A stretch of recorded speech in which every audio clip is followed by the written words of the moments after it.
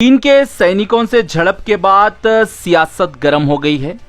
चीन के मुद्दे पर सरकार और विपक्ष आमने सामने हैं और आज भारत के रक्षा मंत्री ने सदन में बयान दिया।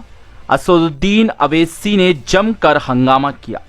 असदुद्दीन अवैसी ने रक्षा मंत्री राजनाथ सिंह के बयान के दौरान ही जमकर हंगामा किया। असदुद्दीन अवैसी सदन में अपनी बात रखना चाह रहे थे, लेकिन भारत के रक्षा मंत्री के बयान के बाद बात रखने के लिए नहीं दिया गया। ओवैसी मीडिया से बात करते हुए आक्रामक अंदाज में देखे गए। ओवैसी ने कहा कि पीएम मोदी के पास 56 इंच का सीना है, तो बताइए भारत की जमीन पे जो चीन घुस के बैठा है उसे हटाइए। इन्होंने ये भी कहा कि ऑल एमपी डेलीगेशन ले जाइए, मैं भी आने तैयार हूं। ओवैसी ने डिस्कशन करवाने की मांग भी की, हमारी बात रखने का मौका दिया जाए। ओवैसी ने यह भी कहा कि चीन के लीडर से मोदी ने हाथ मिलाया था और आज नतीजा क्या निकला, देखिए। ब्यूरो रिपोर्ट, भारत की तरक्की। पार्लियामेंट चल रही तो बताते नहीं, आप बताएंगे नहीं। आप पार्लियामेंट को पार्लियामेंट को आप डाक में रखेंगे, अंधेरे में रखेंगे। और तीसरी बात यह है कि प्रधानमंत्री क्यों चीन का नाम नहीं डरते हैं। लीजिए ना नाम आप। आपने तो उठकर जाकर हाथ मिलाया था चीन के लीडर से, देख लिया आप नतीजा क्या निकला। और खुद बीजेपी का एमपी कह रहा है अरुणाचल का कि आकर हमारे बहादुर सिपाहियों को मारा गया, वो अभी अस्पताल में है। और आज छठी बात यह है कि 15,000 फीट नीचे से ऊपर आ रहे हैं वो भारत की फौज पर हमला करने के लिए। तो प्रधानमंत्री को सबसे पहले पार्लियामेंट में डिस्कशन अलाउ करना चाहिए। सरकार की जिम्मेदारी है, स्पीकर पर, चेयरमैन पर मत डालिए। देश जानना चाहता है कि देश के प्रधानमंत्री आखिर इतना क्यों डर रहे हैं चीन का नाम लेने से। पॉलिटिकल लीडरशिप नहीं दिखा रहे हैं, कोई सवाल नहीं उठ रहा है हमारी बहादुर फौज की बहादुरी पर। यहां पर बुजदिली के मजाहिर अगर कर रहा है तो देश के प्रधानमंत्री और सरकार कर रही है। हाउस में आप क्या डिमांड करेंगे? हमने एडजर्न मोशन डाला है। सरकार को, स्पीकर को कहना चाहिए खड़े होकर कि हम उसको कबूल करते हैं, डिस्कशन करवाइए। छुपाने की क्या बात है, डरने की क्या बात है।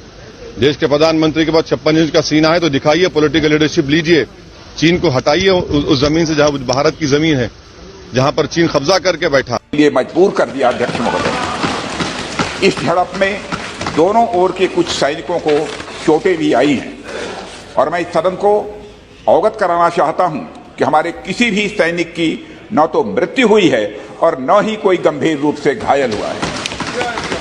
इंडियन मिलिट्री कमांडर्स के टाइमली इंटरवेंशन के कारण पीएलए सोल्जर्स अपनी लोकेशंस पर वापस चले गए अध्यक्ष महोदय। और इस घटना के पश्चात एरिया के लोकल कमांडर ने 11 दिसंबर 2022 को अपने चाइनीज काउंटर पार्ट के साथ स्थापित व्यवस्था के तहत एक फ्लैग मीटिंग की और इस घटना पर चर्चा की। चीनी पक्ष को इस तरह के एक्शन के लिए मना किया गया और सीमा पर शांति बनाए रखने के लिए कहा गया। इस मुद्दे को चीनी पक्ष के साथ कूटनीतिक स्तर पर भी उठाया गया है।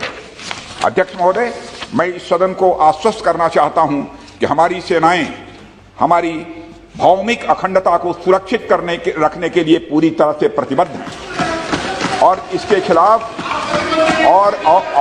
खिलाफ किसी भी प्रयास को रोकने के लिए सदैव तत्पर है हमारी भारत की सेना। और मुझे विश्वास है कि यह सदन हमारी सेनाओं की वीरता और साहस को एक स्वर से समर्थन देगा।